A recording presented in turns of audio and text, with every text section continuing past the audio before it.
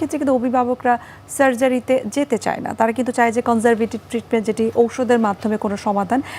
যদি কারো ক্ষেত্রে এরকম অপশন আসে, সেক্ষেত্রে আপনারা আসলে কিভাবে ডিসিশন নেন?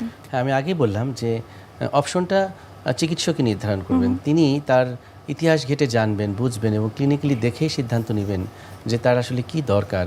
রোগীদের প্রথম ভয় থাকে সার্জারিটার বিষয়ে, তাদের নানান ধরনের দুশ্চিন্তা থাকে যে নাকের সার্জারি করার সময় যদি নাকের শেপ চেঞ্জ হয়ে যাবে কিনা, নাক বোচা হয়ে যাবে কিনা, নাক বসে যাবে কিনা।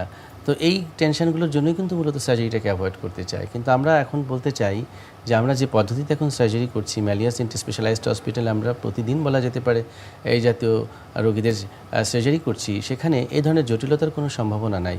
এবং এটা ডক্টর বা সার্জন যদি রোগীদেরকে বোঝাতে পারেন, সেক্ষেত্রে রোগীরা আসলে যার যেটা দরকার সেটাই কিন্তু অ্যাকসেপ্ট করবেন। একজন চিকিৎসক কখনোই আননেসেসারি সার্জারি করাবেন না বা করবেন না।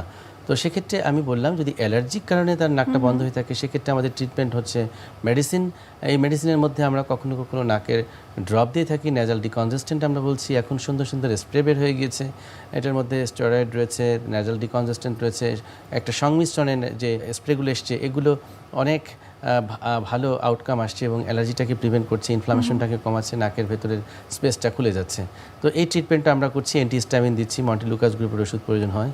এগুলো হচ্ছে কনজারভেটিভ ট্রিটমেন্ট, মেডিকেল ম্যানেজমেন্ট। আর সার্জিক্যাল ম্যানেজমেন্ট হচ্ছে সার্জারি, যেখানে আমরা এন্ডোস্কোপ মেশিন দিয়ে তার নাকের ভেতরে স্ট্রাকচারটি মনিটরে দেখে দেখে যখন তার বাঁকা অংশটুকু কারেক্ট করছি, পাশাপাশি টার্বিনোপ্লাস্টি, অর্থাৎ এই টার্বিনেটগুলোকে বিশেষ উপায়ে আমরা রিডাক্ট করতে পারছি।